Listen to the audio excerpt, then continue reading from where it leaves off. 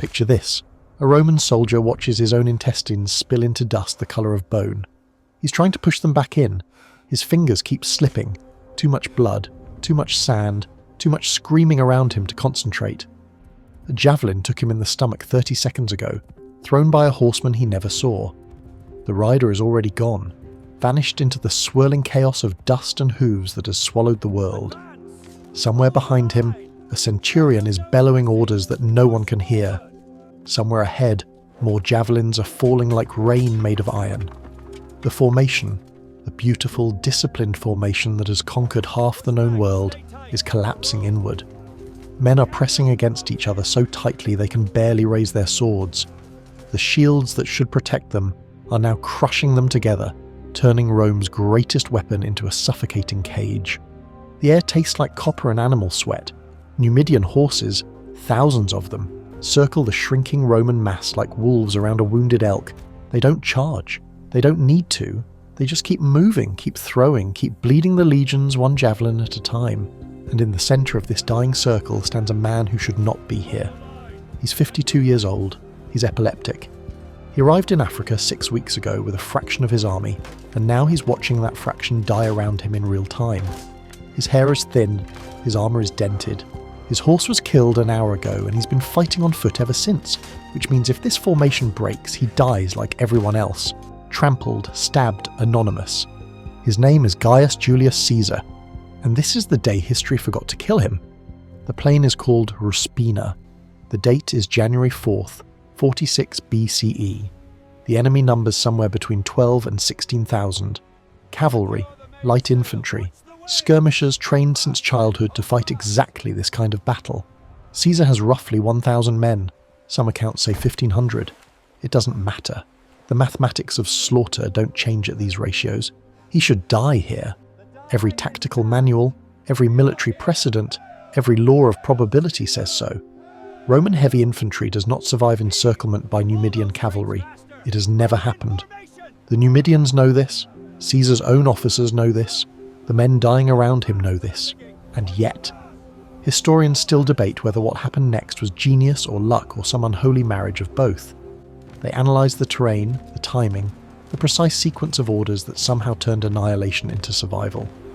But standing there, in the centre of a shrinking ring of shields, with javelins striking flesh close enough to splatter him with other men's blood, Caesar wasn't thinking about history. He was thinking about one thing. How do you make an enemy who is winning stop doing what's working? And the answer he found would keep him alive for 2 more years. It would carry him to final victory in Africa, to dictatorship in Rome, to the heights of power no Roman had ever reached. And then, 26 months later, it would fail him completely. Because the senators who murdered Julius Caesar on the Ides of March had learned something from Ruspina.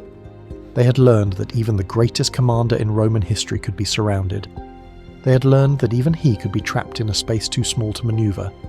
They had learned that if you encircled him properly, with bodies instead of horses, with daggers instead of javelins, even Caesar could bleed. The African sun pressed down like a heated blade.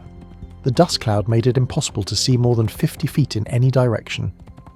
And somewhere in that chaos, a middle-aged man with failing health and impossible odds was about to do something that no one, not his enemies, not his allies, not the historians who would spend 2,000 years studying it, could fully explain. How does a man survive the unsurvivable? And what does it cost him to believe he always will? 6 weeks before the slaughter at Ruspina, Caesar stood on the deck of a transport ship and watched Africa materialize through morning haze. The coastline looked like a bruise, brown and purple hills bleeding into pale sand. Behind him, scattered across miles of Mediterranean swell, the rest of his invasion fleet struggled against winter winds that shouldn't have been sailed in. He had 6 legions committed to this campaign. He'd brought one. The decision defied every principle of military planning he'd ever taught his officers. You don't invade hostile territory with a fraction of your force. You don't sail in December, when storms turn the sea into a graveyard. You don't land on a coast controlled by enemies who've had months to prepare defences, dig in supplies, and coordinate their armies. Caesar did all 3. According to ancient accounts, when his officers questioned the timing, he offered no strategic justification. He simply said the campaign would not wait. The civil war had already consumed 4 years. Pompey was dead, murdered in Egypt by men who thought they were doing Caesar a favour. But Pompey's sons had fled to Africa. They'd joined forces with the Senate's last loyal generals, with the province's governor Metellus Scipio, and with a foreign king whose cavalry had never been defeated by Roman infantry. The longer Caesar waited, the stronger this coalition became, so he didn't wait. His transport ship ground onto African sand on December 28th, 46 BCE. As he stepped onto the beach, his foot caught on something. A root, a rock, accounts vary, and he stumbled. He fell forward onto his hands and knees, face inches from foreign soil. His soldiers saw it happen. A murmur rippled through the landing party. In Roman superstition, this was an omen of catastrophic failure. A commander falling upon first contact with enemy territory meant the gods had already decided against him. Men who had followed Caesar across Gaul, across the Rubicon, across the battlefields of Greece, suddenly wondered if their luck had finally run out. Caesar pushed himself upright. He raised his fists above his head, sand still clinging to his palms. "Africa!" he reportedly shouted. "I hold you tight." The murmur became laughter. The omen became a joke. The fall became a deliberate embrace of the continent he'd come to conquer. Whether Caesar actually believed this interpretation or simply understood that armies are as much theatre as tactics, no one recorded. What mattered was the effect. His men stopped whispering about gods and started unloading ships. But the gods, or at least the weather, weren't finished. The winter storms that had scattered his fleet during the crossing now trapped most of it at sea. Ships carrying cavalry, supplies, reinforcements, the bulk of his veteran infantry, all of them were pinned somewhere between Sicily and Africa, unable to land. Caesar found himself on a hostile coast with perhaps 3,000 legionaries, and no horses worth mentioning. He'd planned to overwhelm the enemy with speed and numbers. Now he had neither. The port town of Ruspina lay a few miles up the coast. Small, poorly defended, more fishing village than fortress. Caesar marched his truncated force there and took it without a fight. The locals, recognizing that resistance meant annihilation, simply opened their gates and hoped the Roman occupation would be brief. It wouldn't be. Historians still debate whether Caesar's next decisions reflected bold improvisation or reckless arrogance. He sent urgent messages to Sicily demanding his scattered fleet regroup and sail immediately. Storms be damned. He dispatched foraging parties into the countryside to gather grain. His men had landed with minimal supplies, and hungry soldiers don't hold territory. He fortified Ruspina's walls with the understanding that he might be defending them for weeks. And he waited. The enemy coalition knew he'd landed. Scouts had reported his numbers. Messengers were already riding toward the camps of Labienus, Caesar's former lieutenant, now his most dangerous enemy, and toward the court of King Juba I of Numidia, whose cavalry army was about to teach Rome's greatest general what it felt like to be hunted. In Ruspina's cramped streets, Caesar's veterans sharpened swords that would soon prove almost useless. They checked armour designed for a different kind of war. They told each other that reinforcements would arrive any day now, that the general had never lost, that whatever came next would be just another entry in the unbroken record of Caesarian victory. They didn't know that Labienus was already moving. They didn't know that Juba had committed 8,000 cavalry, more horsemen than Caesar had total soldiers. They didn't know that the foraging missions scheduled for January 4th would walk them directly into a trap designed by men who understood Roman tactics better than most Romans. The trap was patient. It had been waiting since Pompey died, and now, finally, it had bait. The man who designed Caesar's destruction had once been his closest friend. Titus Labienus had served as Caesar's second-in-command through 8 years of Gallic conquest. He'd led the left wing at battles that made Caesar famous. He'd commanded legions when Caesar was away politicking in Rome. He knew how Caesar thought, how he reacted under pressure, how he inspired men and how he broke enemies. For nearly a decade, they had been two halves of the same military mind. Then came the Civil War, and Labienus chose differently. When Caesar crossed the Rubicon in 49 BCE, Labienus crossed in the other direction. He rode out of Caesar's camp in the middle of the night and joined Pompey's forces, taking with him everything he knew about his former commander's methods. The betrayal was personal enough that Caesar reportedly had Labienus's baggage and personal effects sent after him, a gesture of contempt disguised as courtesy. making clear that nothing Labienus left behind was worth keeping. Now, 4 years later, Labienus had assembled an army specifically engineered to exploit Caesar's weaknesses. He understood that Roman legionary tactics depended on three things: disciplined infantry formations, sufficient cavalry to screen flanks, and the ability to force enemies into close combat where short swords and heavy shields dominated. Remove any one of these elements, and the legion became vulnerable. Remove all three, and it became meat.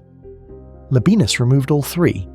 His cavalry force, a combination of Numidian light horse and Gallic auxiliaries who'd followed him from Caesar's own former army, numbered somewhere between 4,000 and 8,000.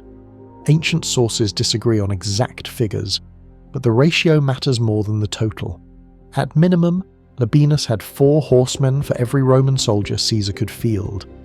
These weren't the heavy cavalry Romans used for shock charges. Numidian horses were smaller, faster, bred for endurance rather than impact. Their riders carried javelins, not lances. They wore no armour. They fought by circling, harassing, throwing from distance, never standing still long enough to be caught. Against infantry that couldn't catch them, they were patient death.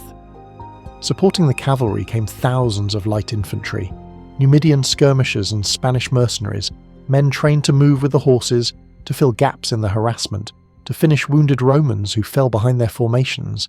They carried no shields heavy enough to stop a pilum. They didn't need to. By the time a Roman got close enough to throw, they were already gone. And behind all of this stood King Juba I of Numidia. Juba hated Rome with a hatred that had been fermenting since childhood. His father, Himpsal II, had been humiliated by Roman interference in Numidian politics. The Senate had carved up his kingdom, imposed unfavourable treaties, treated African royalty like provincial administrators. When the civil war began, Juba saw his chance for revenge and for expansion. He allied with Pompey's faction not out of loyalty to the Republic but out of calculation. If the Pompeians won, they would owe him. If Caesar won, Juba would be destroyed anyway. Caesar had publicly declared his intention to annex Numidia entirely. The king was fighting for his throne, his kingdom, and his life. According to witnesses, Juba commanded his army with cold professionalism that unsettled even his Roman allies. He executed deserters personally. He drilled his cavalry until they could wheel and reform at a gesture.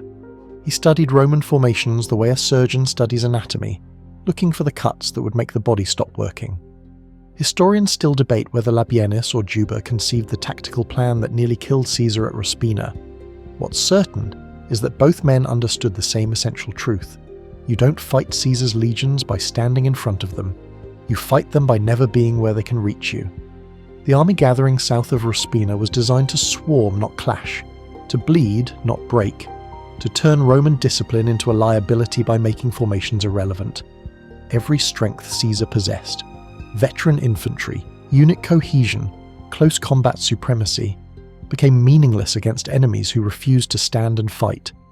Caesar knew Labienus was out there.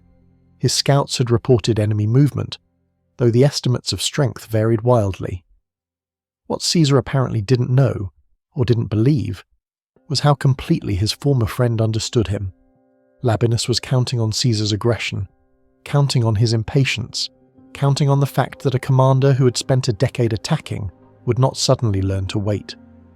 The foraging mission that Caesar would order on January 4th wasn't a mistake Labienus hoped for. It was a mistake Labienus knew would happen. Somewhere in the African scrubland, 16,000 men waited for 1,000 Romans to walk into open ground. The trap didn't require brilliance to spring. It only required Caesar to be Caesar, and Caesar never disappointed. The morning of January 4th began with hunger. Caesar's legionaries had been rationing grain for days. The supplies they'd brought from Sicily were nearly exhausted, and the winter storm still held most of the fleet hostage at sea. Ruspina's granaries, never large to begin with, couldn't feed 3,000 Roman soldiers indefinitely. The math was simple: find food or starve. So Caesar ordered a foraging expedition. 30 cohorts would march into the countryside southwest of town, where scouts had reported farms and grain stores. They would gather what they could, load it onto wagons, and return before nightfall. Standard procedure. The kind of mission legions had conducted thousands of times across Gaul, Spain, Greece, everywhere Rome's armies went. Caesar decided to lead it personally. Historians still debate whether this decision reflected tactical necessity or psychological compulsion. A foraging party didn't require the commanding general's presence. Junior officers could manage grain collection perfectly well. But Caesar had been trapped inside Ruspina's walls for nearly a week, watching the horizon for reinforcements that didn't come, and inaction corroded him like acid on bronze. He needed to move. He needed to do something. He needed to remind himself, and his men, that he was still the commander who had conquered Gaul. The column departed at dawn. Roughly 1,500 soldiers, accounts vary, organised into marching formation with scouts ranging ahead and flankers watching the scrubland on either side. They carried their weapons and wore their armour. This was hostile territory, but they also brought empty wagons and sacks for the grain they expected to gather. It was a working party, not a battle group. The terrain beyond Ruspina flattened into a coastal plain broken by low ridges and patches of scrub vegetation. The soil was poor, sandy, difficult for agriculture but excellent for concealment. A man on horseback could disappear behind a rise and reappear somewhere completely different. 1,000 men on horseback could be anywhere. For the first few miles, nothing happened. The scouts reported empty farms, abandoned villages, fields that had already been harvested or burned. Whatever grain existed in this region, someone had already moved it or destroyed it. Caesar pushed the column farther inland, searching for supplies that kept receding like a mirage. Around mid-morning, a scout galloped back with news that changed everything. Enemy cavalry, to the south. Maybe 2,000 horsemen, maybe more. Dust clouds made accurate counting impossible. They weren't attacking, they were just there, watching. Matching the Roman column's pace from a distance that kept them visible but unreachable. Caesar halted the column. He ordered the infantry to form up in battle lines, 3 ranks deep, shields locked, the standard formation that had broken every enemy from Britain to Egypt. If the cavalry wanted a fight, Rome would give them one. The cavalry didn't want a fight. Not yet. Instead, more dust clouds appeared. To the west, then to the east. Then, and this was when the veterans started exchanging looks that had nothing to do with confidence, to the north. Behind them, the foraging party was now a foraging party surrounded. According to ancient accounts, Caesar climbed a small rise to survey the situation personally. What he saw must have made his stomach clench, though his face revealed nothing. The enemy force had materialized from the scrubland like ghosts taking physical form. Cavalry everywhere, Numidian light horse circling at the edges of javelin range, and behind them, blocks of infantry that seemed to stretch across the entire horizon. Modern historians estimate the total enemy force at 12 to 16,000. The numbers varied because the Numidians kept moving, making accurate counts impossible. It didn't matter. Whether 12,000 or 20,000, the tactical situation was identical. Caesar was outnumbered at least 10 to 1, caught in open terrain with no fortifications, no cavalry of his own worth mentioning, and no possibility of retreat. The trap had sprung so smoothly that most Romans didn't realize they were already dead. Labienus, and it was Labienus commanding this force, not Juba, who had remained with the main army, had timed everything perfectly. He'd waited until the foraging party was miles from Ruspina's walls. He'd let them exhaust themselves marching in the morning heat. He'd positioned his forces so that every direction led into more enemies. And now he began to move. The cavalry didn't charge. Instead, they tightened. The circle of horsemen contracted slowly, methodically, like a noose being drawn by patient hands. Javelins began to fly. Not a volley, just individual throws, testing range, finding the distance where they could hit Romans without being hit back. A legionary in the front rank went down with iron in his thigh. Then another struck in the shoulder, then a third through the gap between helmet and armour, dead before he hit the ground. Caesar had perhaps 30 minutes to find a solution that didn't exist. The mathematics of slaughter had begun. The first hour was education in helplessness. Roman tactical doctrine assumed you could reach your enemy. Every formation, every drill, every generation of accumulated military wisdom depended on closing distance, getting close enough that gladius and scutum could do their work. The short sword was designed for thrusting into gaps at arm's length. The heavy shield was designed for shoving men backward until they fell. Roman infantry won by getting into the enemy's face and staying there until one side broke. The Numidians never let them get close. The cavalry circled at 50, 60, 70 yards, far enough that a charging Roman couldn't catch them, close enough that a thrown javelin could find flesh. They moved in waves, each rider throwing at the apex of his pass, then wheeling away before Roman javelins could answer.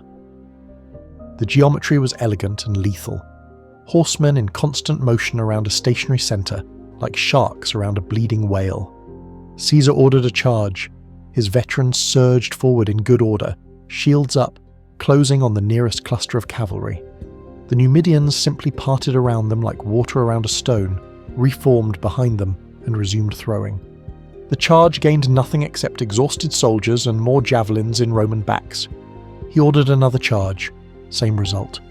The cavalry melted away, let the Romans stumble to a halt, then resumed their patient slaughter from a different angle. Each charge cost energy the legionaries couldn't spare. Each charge killed no one. The sun climbed higher, the temperature rose. Men in 60 pounds of armour, men who'd already marched miles that morning, men who hadn't eaten properly in days, began to feel their legs turn to stone. Sweat ran into their eyes. Breath came harder, and still the javelins fell. According to witnesses, Caesar tried everything. He split his force into smaller groups, hoping to force the cavalry to concentrate and create gaps. Labienus countered by splitting his own force, maintaining pressure on all groups simultaneously. Caesar reformed into a column and tried to punch through the encirclement toward Ruspina. The cavalry thickened in front of him and thinned behind, maintaining the circle while funneling him away from safety. The Numidian light infantry entered the battle gradually.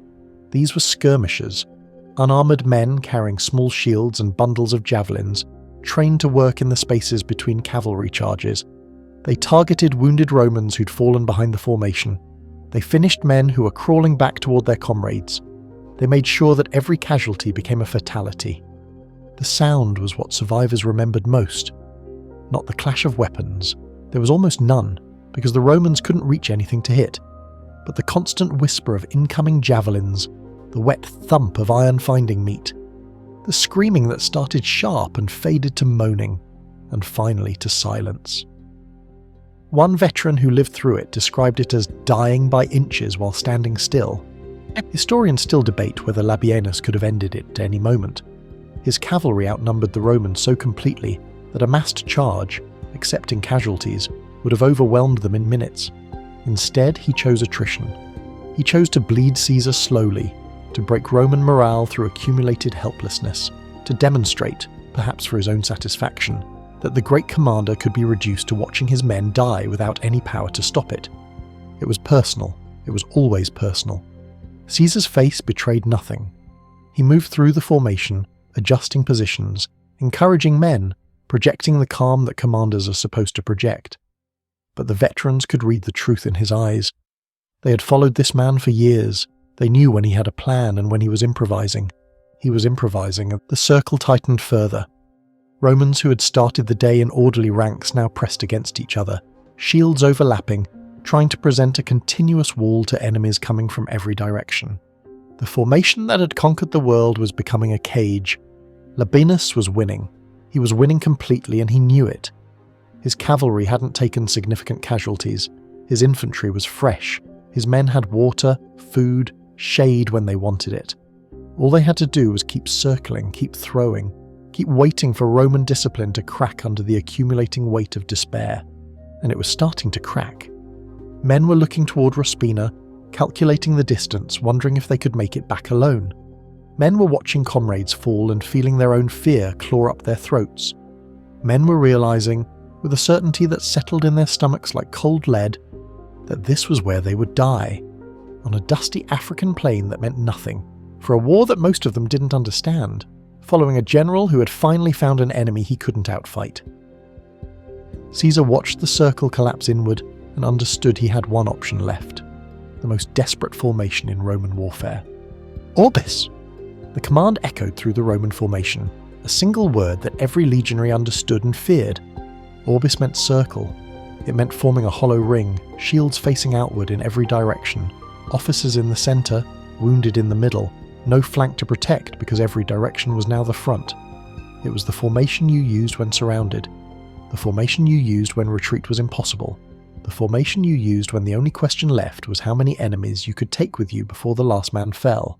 It was, in the language of Roman tactical manuals, the formation of last resort. Caesar had ordered it anyway. The transformation took less than a minute. These were veterans, men who had drilled until formation changes happened in their sleep, and they executed perfectly even as javelins continued to fall among them. The cohorts compressed, shields interlocking, until what had been scattered groups became a single defensive mass. From above, it would have looked like a tortoise shell, bronze and wood and iron, bristling with pylon points, too densely packed for cavalry to penetrate. From inside, it felt like being buried alive with 800 of your closest friends. The air immediately became unbreathable. Bodies pressed against bodies. The smell of sweat and blood and fear-loosened bowels filled the space inside the shields. Men couldn't move their arms freely. Men couldn't swing their swords even if an enemy got close enough to hit. Men were dying simply from being crushed by their neighbours, and the javelins kept falling. The orbis was designed to survive. It wasn't designed to win. Every Roman in that circle knew they were trading mobility for time, giving up any chance of victory in exchange for not dying in the next few minutes. The hope, such as it was that something would change. Reinforcements would arrive, the enemy would make a mistake, the gods would intervene. None of these things happened. Labienus recognized the formation for what it was. His cavalry began to circle closer, confident now, knowing the Romans couldn't charge without breaking their only protection. The javelin fire intensified. Where before the throws had been probing, testing, now they became constant. A rain of iron that punched through shields and found the flesh behind them. A man next to Caesar took a javelin through his cheek. The iron point emerged from the back of his skull, and he stayed standing for a moment, pinned upright by the bodies around him, before collapsing. Another man caught one in the eye and screamed for 30 seconds straight before someone cut his throat out of mercy. The ground inside the orbis became slick with blood that had nowhere to drain. Historians still debate whether Caesar experienced something like panic in those minutes. His own account of the battle, written later, presents a commander in complete control, executing brilliant tactical adjustments under pressure. But Caesar's account was propaganda. The truth was simpler. He was trapped in a shrinking circle, watching his men die, and nothing he'd ever learned had prepared him for an enemy who refused to fight like an enemy should. The orbis was shrinking. Each casualty left a gap that survivors had to close, compressing the formation tighter, reducing the protected space in the centre. If this continued, and there was no reason it wouldn't, the circle would eventually collapse entirely. 800 men would become 700. 700 would become 600. The mathematics were slow but certain. This was what victory looked like for Labienus. Not a glorious charge, not a breaking of Roman lines, but a gradual suffocation. Enemies killed so carefully that they barely seemed to die at all, until suddenly there weren't enough left to hold formation. According to multiple ancient sources, Caesar spent this time watching, not fighting. There was nothing to fight, but watching. His eyes tracked the cavalry patterns, the timing of the javelin waves, the way the Numidian officers positioned themselves. He was looking for something, though no one around him knew what. What he found was a gap. Not a gap in the enemy lines, Labienus was too competent for that, but a gap in behaviour. The cavalry moved in predictable rhythms, closing to throw, wheeling away to reform, returning for another pass. They were supremely confident. They had been doing this for hours without losing a single rider to Roman counterattack. They had stopped believing the Romans could surprise them. Caesar was about to make them believe again. And here's where it gets worse. The order he gave next would either save his army or destroy it in minutes. There was no middle ground. He was gambling every life under his command on the chance that cavalry, who had been winning all day, would react emotionally instead of tactically to something they'd never seen before. It was by any reasonable measure insane. Before we see how this ends, understand one thing. What Caesar did next should not have worked. Military historians have analysed the Battle of Ruspina for 2,000 years, trying to extract lessons from a victory that violated every principle those same lessons teach. Heavy infantry does not charge cavalry in open terrain. Surrounded forces do not attack in multiple directions simultaneously. Commanders do not gamble entire campaigns on psychological warfare against enemies who are already winning. Caesar did all three. The order came without warning. One moment the Romans stood in their dying circle. The next, they were moving. Not retreating. The orbis didn't rotate toward Ruspina. Instead, it exploded outward.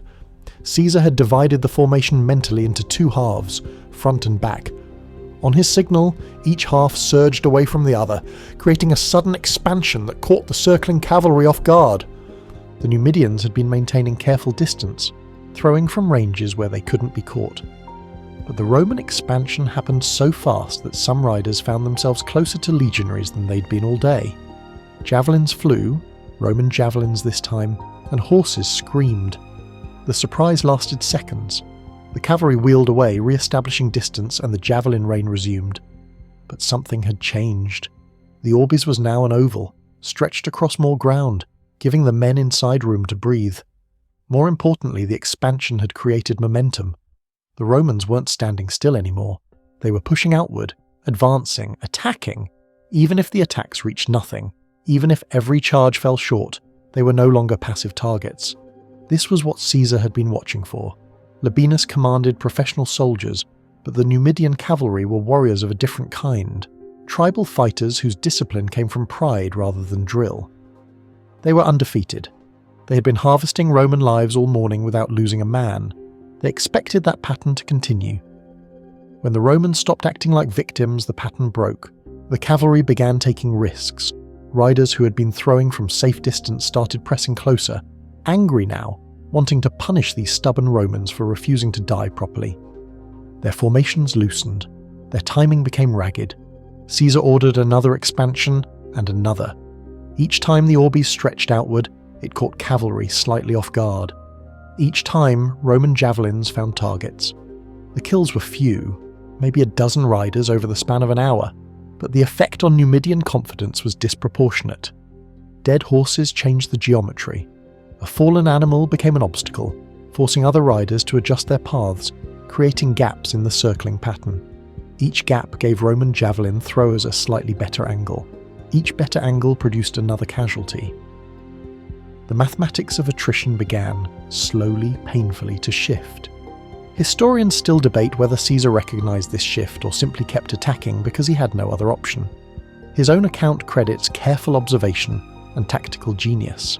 His critics suggest desperate aggression that accidentally found success. The truth probably lies between a brilliant commander who understood he had to change the psychological dynamics of the battle, executing a plan that might have failed under commanders less willing to stake everything on audacity. The sun began its descent toward the western horizon. Both sides had been fighting for hours. The Romans were exhausted, dehydrated, bleeding from dozens of wounds each. But they were still standing. They were still killing, and they were no longer shrinking. Labienus felt the momentum shift and made his own decision. He ordered a charge, not a probing attack, not another wave of javelins, but a full cavalry assault designed to break the Roman formation through sheer mass. Thousands of horsemen lowered their weapons and spurred their mounts forward, abandoning the careful distance that had served them all day. It was exactly what Caesar wanted. The orbis compressed instantly, not collapsing but condensing, shields locking into the impenetrable wall that heavy infantry used against direct assault. Cavalry could devastate scattered men, could run down fleeing soldiers, could harass formations from distance. But charging directly into prepared Roman shields was something else entirely. The first wave of Numidian horses struck the shield wall and stopped. Animals screamed. Riders fell. Roman short swords, useless all day against enemies too far to reach, finally found flesh. The cavalry charge that should have been devastating instead became a tangle of dying horses and trapped men pressed against shields they couldn't break. Labienus had made his first mistake, and Caesar, bleeding, exhausted, surrounded by the bodies of his men, finally saw a path to survival. But the killing wasn't over. It was about to get worse. The failed cavalry charge created chaos that lasted less than a minute. Labienus pulled his horsemen back with a signal that cut through the screaming. The Numidians disengaged, leaving a ring of dead horses and dying men around the Roman formation. They reformed at distance, shaken but not broken, still outnumbering Caesar's force by an impossible margin. The mathematics hadn't changed. A few dozen Numidian casualties meant nothing against an army of thousands. Roman losses continued to mount. Men who'd survived the hours of attrition were collapsing from exhaustion, from accumulated blood loss, from wounds that wouldn't stop bleeding no matter how much pressure was applied. Caesar knew he had minutes, not hours. The failed charge had bought time. It hadn't bought victory. So he did something unprecedented. He ordered a full Roman charge. Not defensive expansion, not controlled advance, but an all-out assault. His entire remaining force sprinting toward the enemy in deliberate violation of every principle that had kept them alive. The veterans obeyed.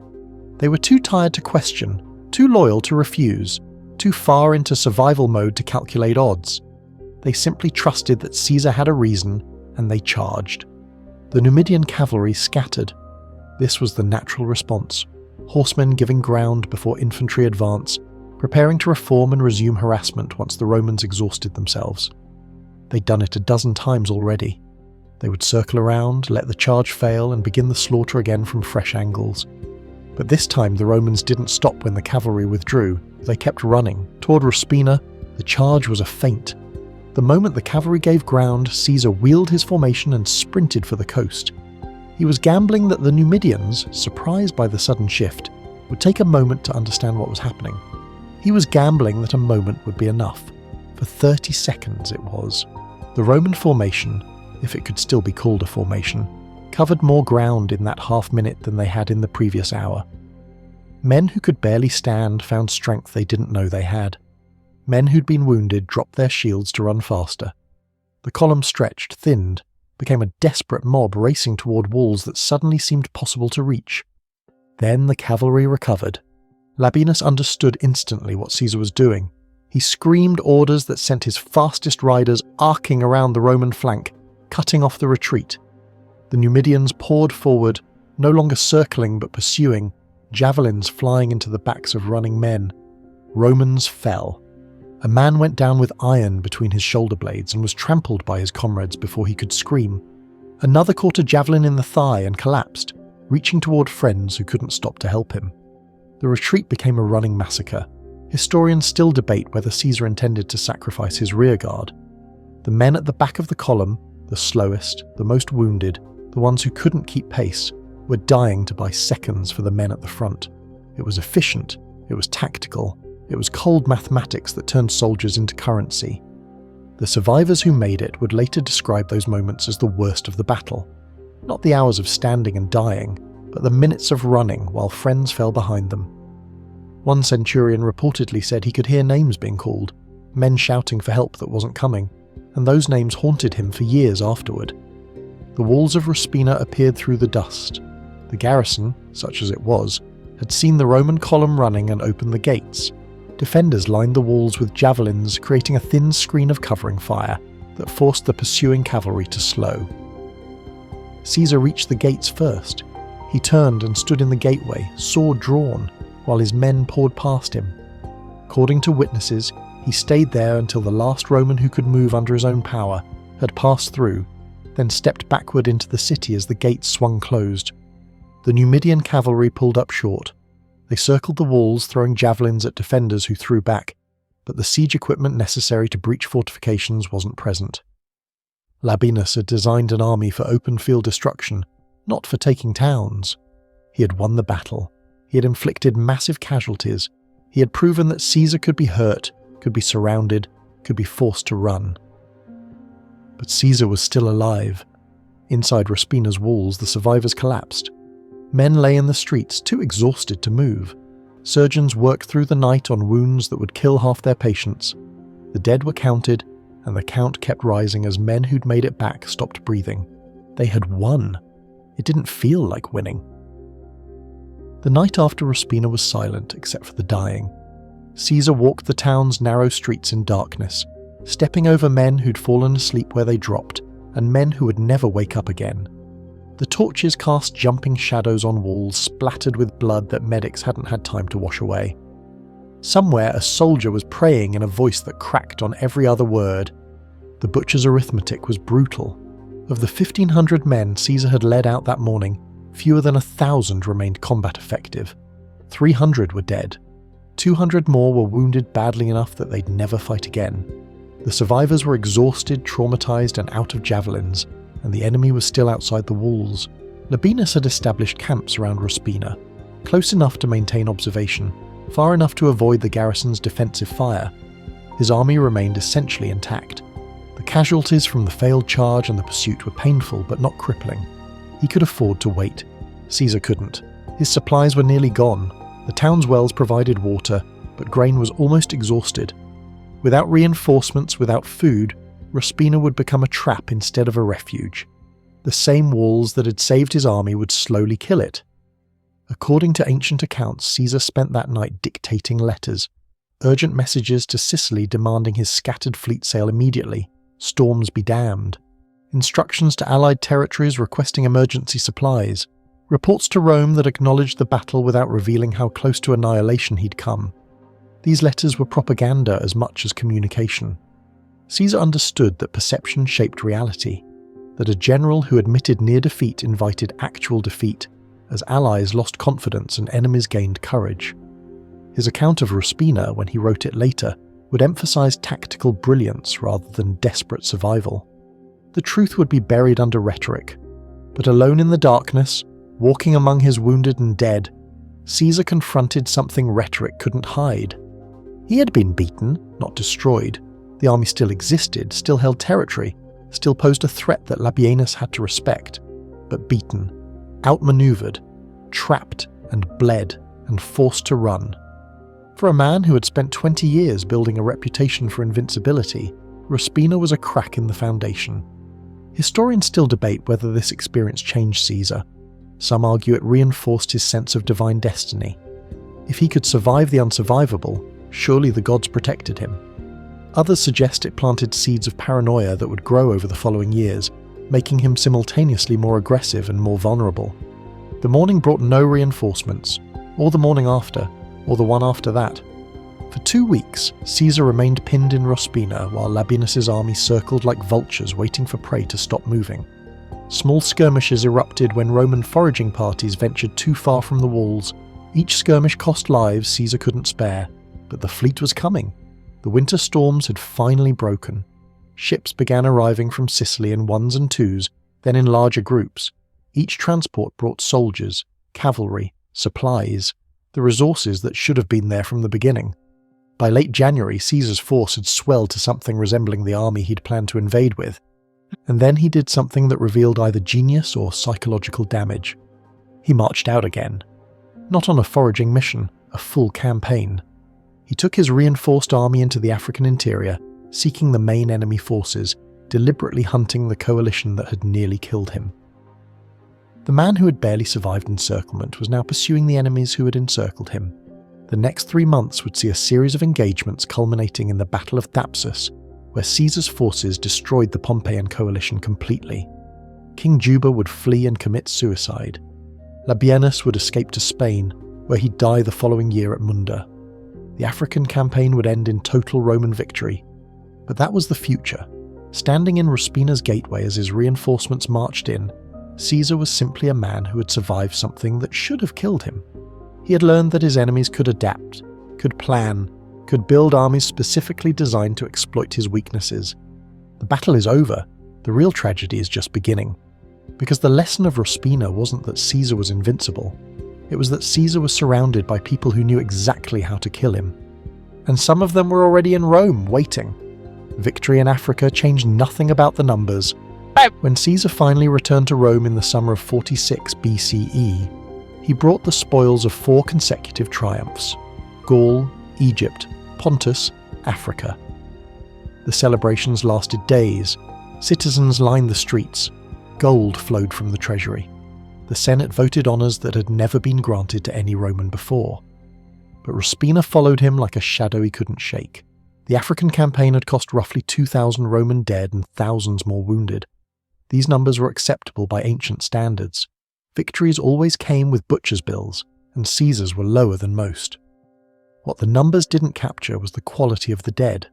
Veterans who had survived 8 years of Gallic warfare, centurions who couldn't be replaced, officers whose experience represented decades of institutional knowledge.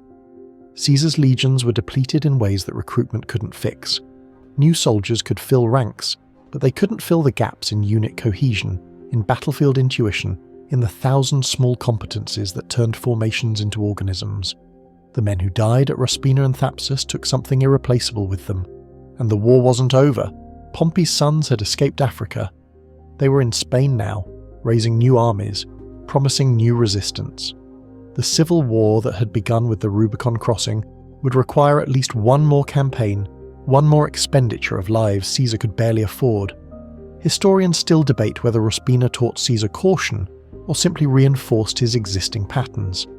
His behaviour in the months following Africa suggests both and neither. He moved faster, planned more carefully, trusted subordinates less. But he also grew more isolated, more convinced that only his personal presence could guarantee victory. He began having epileptic episodes more frequently. The stress of command, the accumulated physical toll of decades of campaigning, the weight of decisions that killed thousands, all of it was breaking down a body that had never been robust. Witnesses described seizures that came without warning, leaving him incapacitated for minutes while officers pretended not to notice. The man who had survived encirclement by 16,000 enemies was being encircled by his own mortality. Rome itself was changing around him in ways he seemed not to fully grasp. His dictatorship had been extended, first temporarily, then indefinitely. Powers accumulated that had no precedent in Republican tradition. He reformed the calendar, redistributed land, planned colonies that would reshape the Mediterranean world. But each reform created enemies. Each power seized generated resentment. Each decision made without senatorial consultation reminded the old aristocracy that they had been reduced to decorations. The same senators who voted Caesar divine honours whispered in private about tyranny. The same men who smiled at his triumphs calculated whether they could survive his fall. The system that had made Caesar was already preparing to unmake him. According to ancient accounts, Caesar dismissed warnings about conspiracies. He'd survived plots before. He'd survived assassins in Gaul, traitors in his own camp, enemies who should have destroyed him at Ruspina. What were a few disgruntled senators compared to Labienus and his 16,000? This was the lesson he'd learned wrong. Labienus had failed because cavalry couldn't breach Roman walls, because javelins couldn't penetrate defensive formations, because the weapons of open warfare weren't designed for enclosed spaces, but daggers were. The Senate chamber wasn't an open plain. It was a confined room with limited exits, surrounded by men whose positions gave them access, and whose grievances gave them motive. The skills that had saved Caesar at Ruspina, tactical awareness, formation discipline, the ability to read enemy movement, were useless in a space where enemies wore togas and carried concealed blades. Caesar spent the winter of 45 to 44 BCE planning his next campaign, an invasion of Parthia that would avenge Rome's worst military defeat and extend the empire to limits Alexander had only dreamed of. He gathered legions, accumulated supplies, prepared to leave Rome for years. He didn't know he had weeks. The men who would kill him were meeting in secret, coordinating strikes, rehearsing the approach that would trap him more completely than Numidian cavalry ever had. They had learned from Ruspina. They had learned that even Caesar could be surrounded. They just needed a space small enough that he couldn't maneuver out.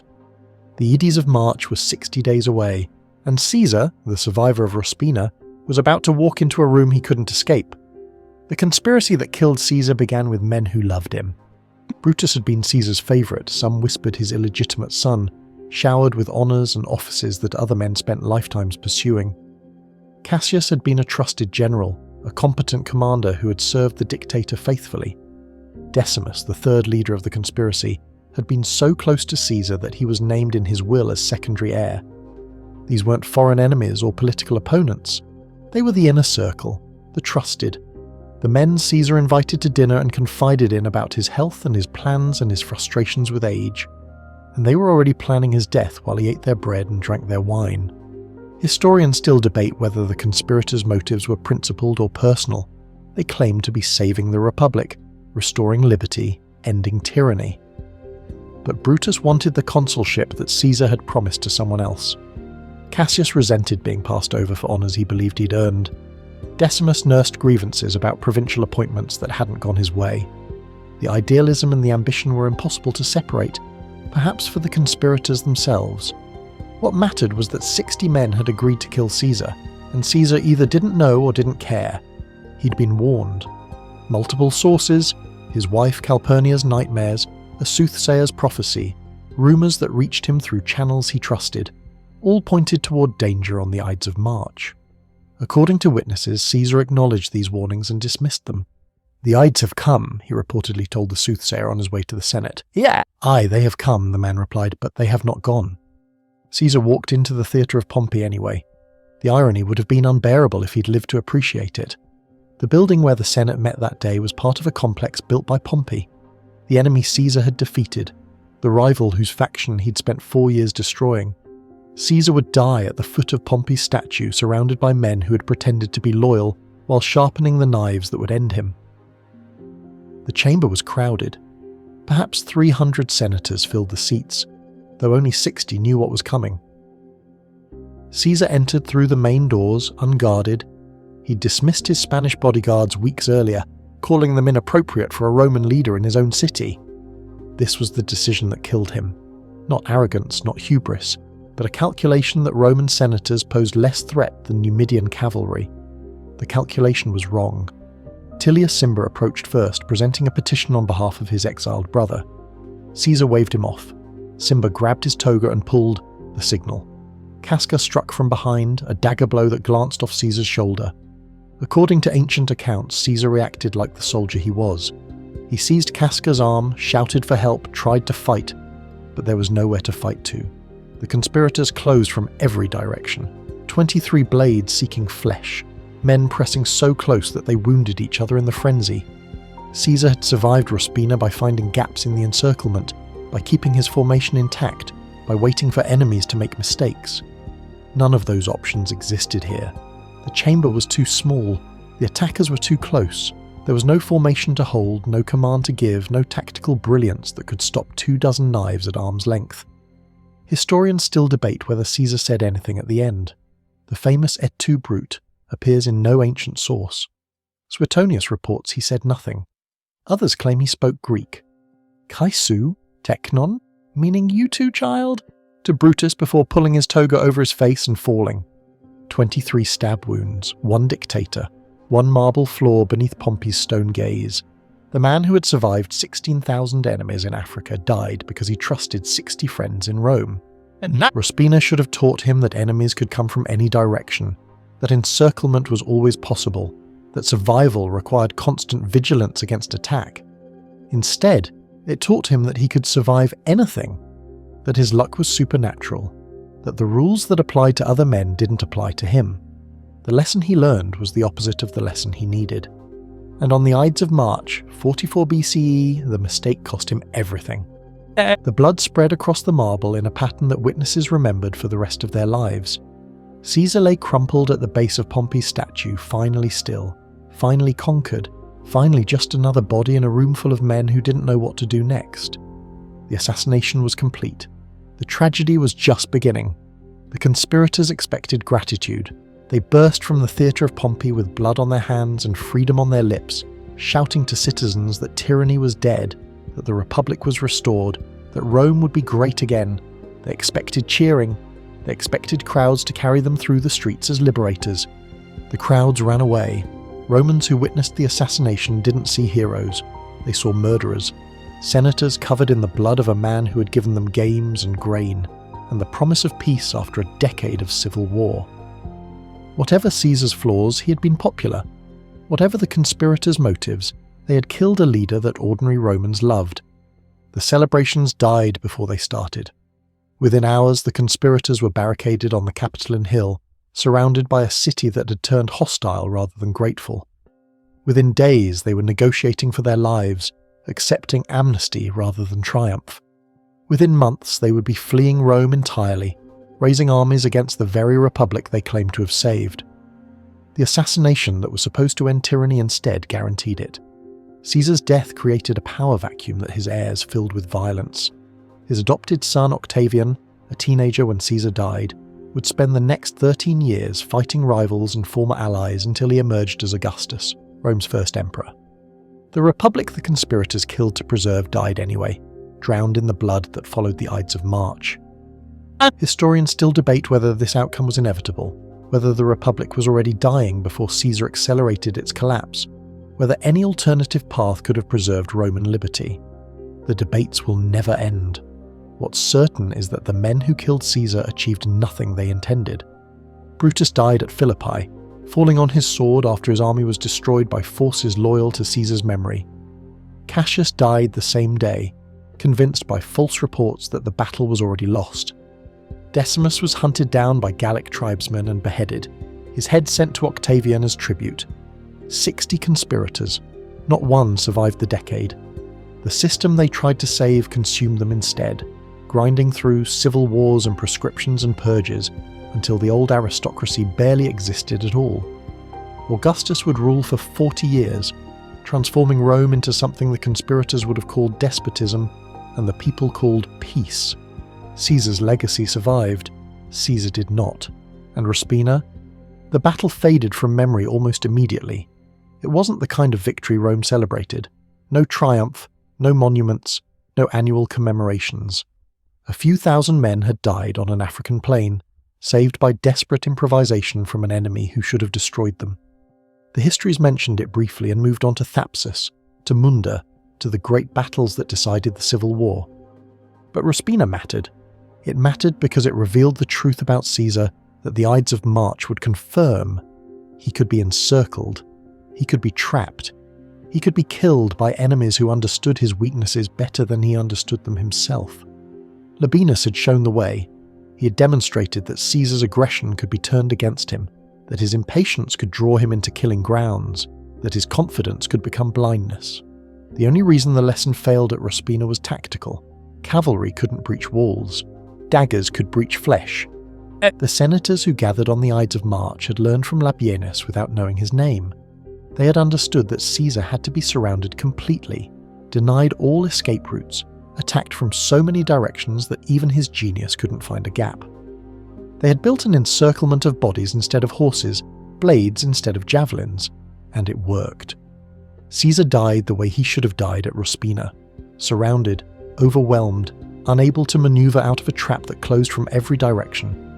The African plain and the Roman Senate chamber were different battlefields governed by the same principle, that even the greatest commander in the world couldn't fight when there was nowhere left to go. The sun set over Rome on the Ides of March, and the blood dried on marble floors that slaves would scrub clean by morning. The body was carried home to Calpurnia, who had begged him not to go. The will was read, revealing gifts to the Roman people that made them love him even more in death. The funeral drew crowds that wept and raged and burned the conspirators' houses in grief that turned to violence. History remembers the victory, it forgot the price. 2 years before his death, Julius Caesar stood in a shrinking circle of shields on an African plain, watching his men die by inches while enemies circled like patient wolves. He survived through luck, through audacity, through a willingness to gamble everything on moves that shouldn't have worked. He spent the rest of his life believing those survivals proved his invincibility. He was wrong. The empire endured, the man did not, and somewhere in the dust of Ruspina, in the blood-soaked sand that no monument marks, the ghost of what should have happened still waits, a reminder that history's greatest commanders are not immune to history's oldest lesson. Everyone can be surrounded, everyone can be trapped, everyone eventually runs out of room to maneuver, even Caesar, especially Caesar.